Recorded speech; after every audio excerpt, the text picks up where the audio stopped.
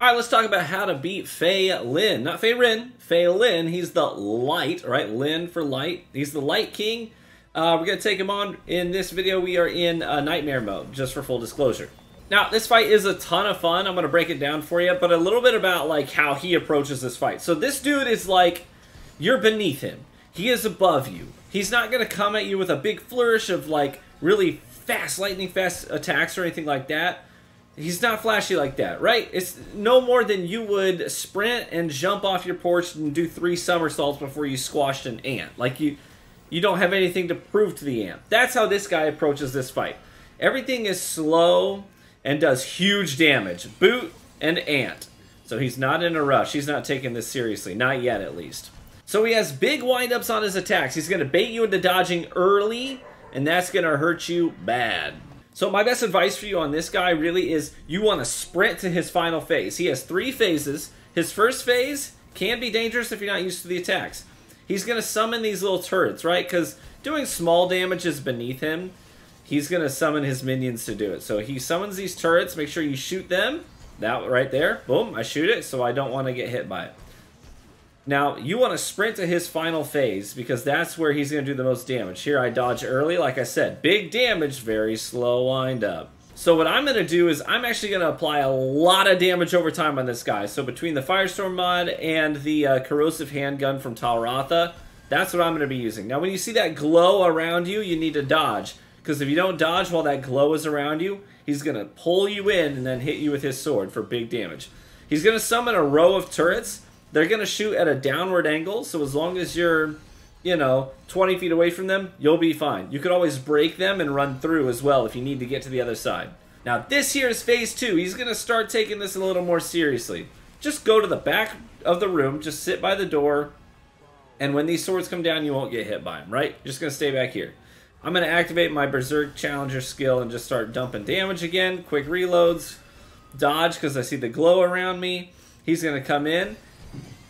Big slow windups on his attacks, but the Firestorm's actually going to pull him back away from me to keep him out of melee range. It's a very nice thing to have.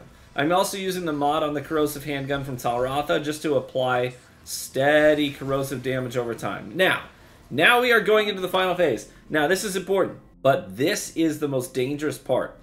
So there's a couple of approaches here. 2 things are going to be happening. 1, swords are going to be falling from the sky.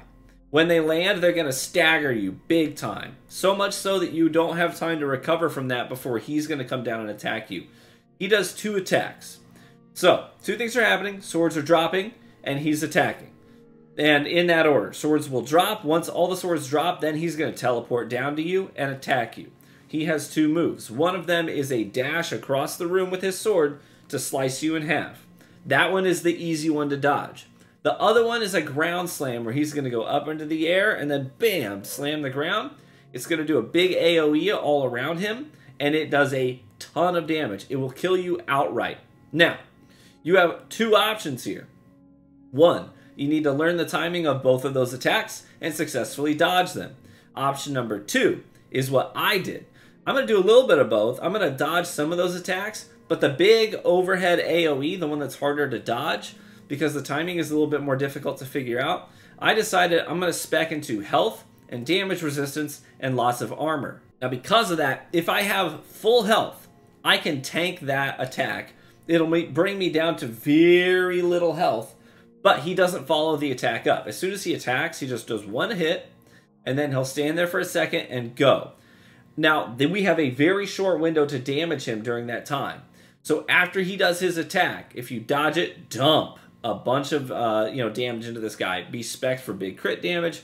Or what I like to do is, like I said, I'm using the corrosive handgun to apply a damage over time effect to him. Firestorm will not chase him, but the corrosion will. So these swords that are falling from the sky, he's going to go up. They're going to make a glowing misty circle on the floor to show me where they're going to drop. Now this doesn't last for very long, so just see where they're going to go and then stop and turn around. Now I see him, he's going to dash across the room, I'm going to dodge out of it, and you can see, very short damage window before he is gone.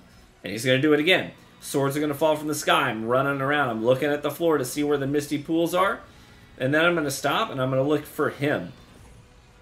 He teleports, here's the big AoE slam, Okay, now look how I survived that. I decided I was gonna tank it, right? And then just dump as much damage as I could. And I still have my challenger skill to play with, so I'm not even gonna bother using my relic. See how I don't have full health? This time, I don't tank it. I go down, but because I knew I had my challenger skill. Stand right back up, I get 2 nice crits for about 2,200 damage. And then we're off to the races again. Now I'm full health. I know I can tank a full attack as long as I don't get hit by one of the swords. I actually managed to dodge out of this one, and that's good.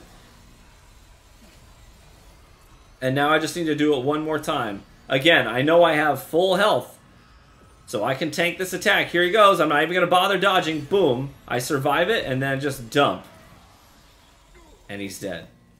Just like that. And you get the imposter's heart, which you can then take back to Ward 13 and craft the Deceit auto rifle long gun, which is pretty cool. Alright, there you go. That is the Faelin fight. Everything you need to know about it. So again, 3 phases. Phase 1, he's not taking it too seriously. He's going to just meander around the map, summon a bunch of turrets. So, what you want to do is sprint through that phase as quickly as possible. So, apply lots of damage over time, dump a bunch of crit damage in him, use your mods, use your abilities, whatever you got to do to make that happen. Then he's going to go into the sky, drop the swords. Enter phase 2, he's taking it a little more seriously now. And so he's going to spend more time up in your grill doing combos with his sword. So you need to take your time because he has big windups. Don't dodge early, because if you dodge the first one incorrectly, you will get hit by the follow-up attacks and you'll die. And then we go into phase 3 where now he's upset. Okay, he's going to rain down swords from the heavens and then hit you with his strongest attacks. So you need to be ready to dodge them or tank them and then dump a bunch of damage in a short window. There you go. Best of luck to you. If you found this helpful, let me know by leaving a like in the video, and I hope to catch you in the next one. Bye-bye.